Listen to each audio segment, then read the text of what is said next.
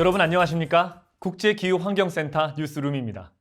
옛날 먹고 살기 어려웠던 시절에는 먹을 것이 부족해서 문제였었는데 요즘은 오히려 먹을 것이 풍부해서 버려지는 음식이 많아서 문제가 되고 있다고 합니다. 버려지는 음식물 쓰레기, 이대로 괜찮을까요? 오늘은 음식물 쓰레기에 대해 알아보도록 하겠습니다. 현재 인류가 직면한 가장 큰 위험은 기후위기입니다. 지난 100년간 지구의 평균 온도는 약 1도씨가 올랐으며 그 속도는 점점 빨라지고 있습니다. 이로 인해 세계 곳곳에서는 이상 기후로 인한 폭염, 폭우, 가뭄, 한파, 산불 등의 피해가 속출하고 있습니다. 이렇게 지구의 온도가 높아지는 것을 지구온난화라고 하는데요. 바로 사람이 가장 큰 원인이라고 합니다. 산업혁명 이후 공장과 자동차, 화력발전소 등이 증가하면서 이산화탄소, 메탄, 아산화질소, 수소불화탄소, 과불화탄소, 육불화양 등의 온실가스 배출이 늘어나 지구의 온실효과를 일으키는 데 가장 큰 원인이 되고 있습니다. 그런데 무분별하게 버려지는 음식물 쓰레기 또한 지구온난화의 큰 요인으로 작용하고 있다고 합니다. 한 끼 식사를 위해 음식물의 생산부터 조리까지 많은 에너지가 소모되고 지구온난화의 원인인 상당한 양의 온실가스를 배출합니다. 4인 가족이 한 끼 밥상을 차리게 되면 약 4.8kg의 CO2 온실가스가 배출됩니다. 이는 승용차 한 대가 25km를 운행할 때 배출하는 온실가스의 양과 같고 20에서 30년생 소나무 한 그루가 1년 동안 흡수하는 이산화탄소의 양과도 같습니다. 이를 에너지로 환산하면 4.7kW 소모량에 해당되며 이는 세탁기 35회, 냉장고 80시간을 가동할 때와 같은 전력량입니다. 음식물 쓰레기는 처리 과정에서도 환경오염과 막대한 경제적 손실을 야기합니다. 무분별하게 버려지는 음식물 쓰레기, 이대로 방치해서는 안 될 것입니다. 자라난 우리 아이들을 위해 음식물 쓰레기를 줄이고 낭비 없는 음식 문화를 정착시켜야 되겠습니다. 그러면 음식물 쓰레기는 어디서 발생할까요? 음식물 쓰레기는 음식물의 생산과 유통, 가공, 조리, 소비 과정 등에서 발생합니다. 음식물 쓰레기는 푸짐한 상차림과 국물 음식을 즐기는 우리나라의 경우 음식 문화와 인구 증가, 생활 수준 향상, 식생활의 고급화, 배달 음식의 증가 등으로 인해 매년 늘어나고 있습니다. 그렇다면 전 세계 음식물 쓰레기 발생량은 얼마나 되는지 아십니까? 국제식량농업기구 자료에 의하면 전 세계에서 생산되는 식량 중 4분의 1에서 3분의 1이 손실되거나 폐기되고 있습니다. 특히 세계 식품 손실 폐기량의 절반 이상인 53%가 곡물이며 44%가 과체류라고 합니다. 이것은 지구촌 농경지 28%에서 생산되는 식량이며 경제적 손실은 약 400억 달러, 우리나라 돈으로 환산하면 약 470조 원이라고 하니 어마어마한 양이라고 할 수 있겠습니다.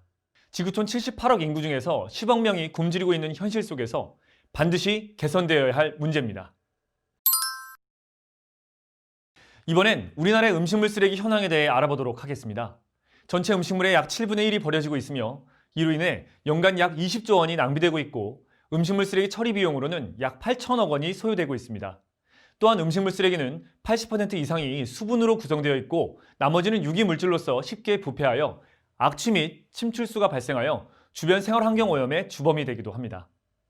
그리고 국내 식량 및 곡물 자급도가 각 50.2%, 23.8%로 낮은 상황에서 음식물의 낭비는 농수산물 수입 확대로 이어져 식량 안보에 부정적인 영향을 초래할 수 있습니다. 그렇다면 광주광역시의 음식물 쓰레기 양은 얼마나 될까요? 광주광역시는 하루 1인당 음식물 쓰레기 발생량이 349g으로 전국 1위로 가장 많습니다.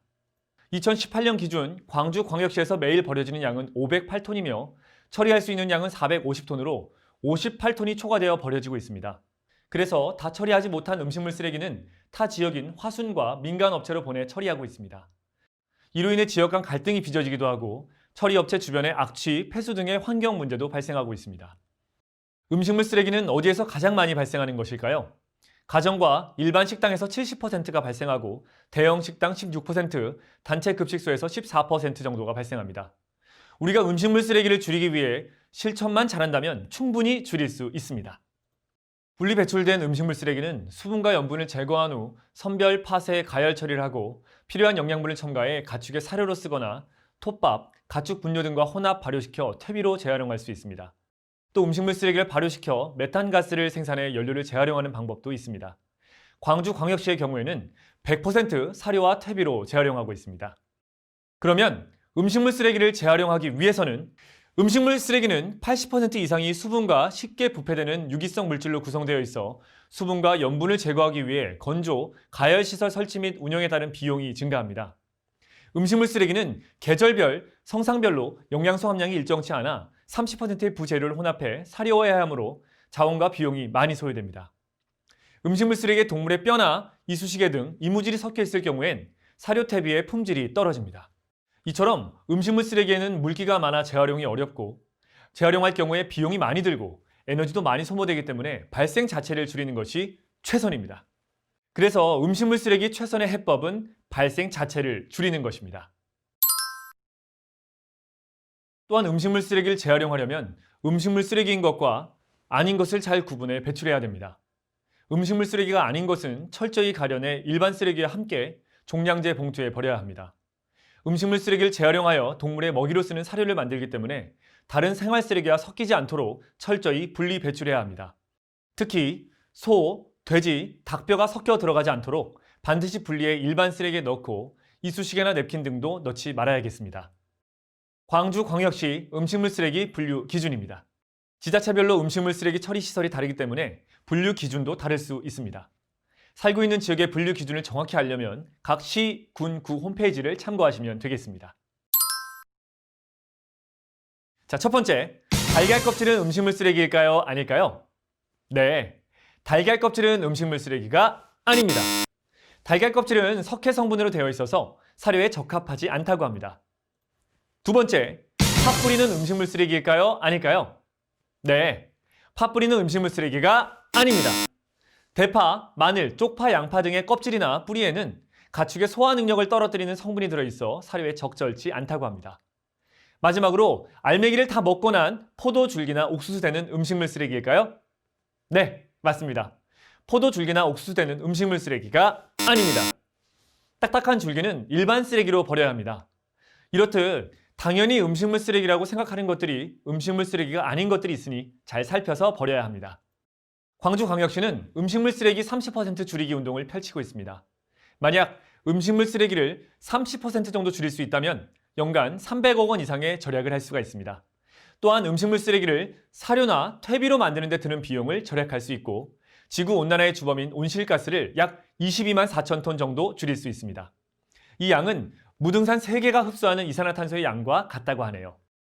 우리가 버리는 음식물 쓰레기를 조금만 줄여도 환경과 경제에 많은 도움이 되네요. 이렇듯 한 사람 한 사람의 작은 노력이 모이면 푸른 광주를 만들 수가 있습니다. 그렇다면 음식물 쓰레기를 줄이는 방법에 대해 알아보도록 하겠습니다. 가정에서는 식단 계획과 유통기한을 고려해 최소한의 식재료만 구입합니다. 음식물 쓰레기의 10분의 1은 보관하다 먹지 못하게 되어 버리는 식재료라고 하네요. 소포장, 깔끔 포장, 반가공 식재료를 구매합니다. 음식물 쓰레기의 절반 이상이 조리 전에 발생합니다. 계량 기구를 사용해 적정량을 조리합니다. 많이 조리하게 되면 버리는 양도 많아집니다. 조리 시 가족의 식사량을 고려해 정량을 만들도록 계량 기구를 사용하도록 합니다. 냉장고에 식재료를 보관할 때는 투명 용기를 이용합니다. 내용물을 식별할 수 없는 검정 봉투 사용은 지양해야 할 것입니다. 냉장고를 정기적으로 정리합니다. 날짜를 정해 가족과 함께 냉장고 정리를 하고 수납 목록표를 작성해 붙여둡니다. 자투리 식재료는 따로 모아 보관합니다.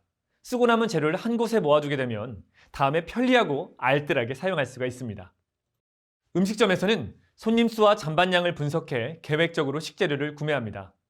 손님의 식사량을 배려해 주문받고 기본 반찬 수를 줄입니다. 메뉴 사이즈를 대, 중, 소로 다양화합니다. 소형 찬기와 덜어 먹을 수 있는 복합 찬기를 사용합니다. 손님이 먹다 남긴 음식은 싸드립니다. 여유식품과 잔식은 이웃과 함께 나눕니다.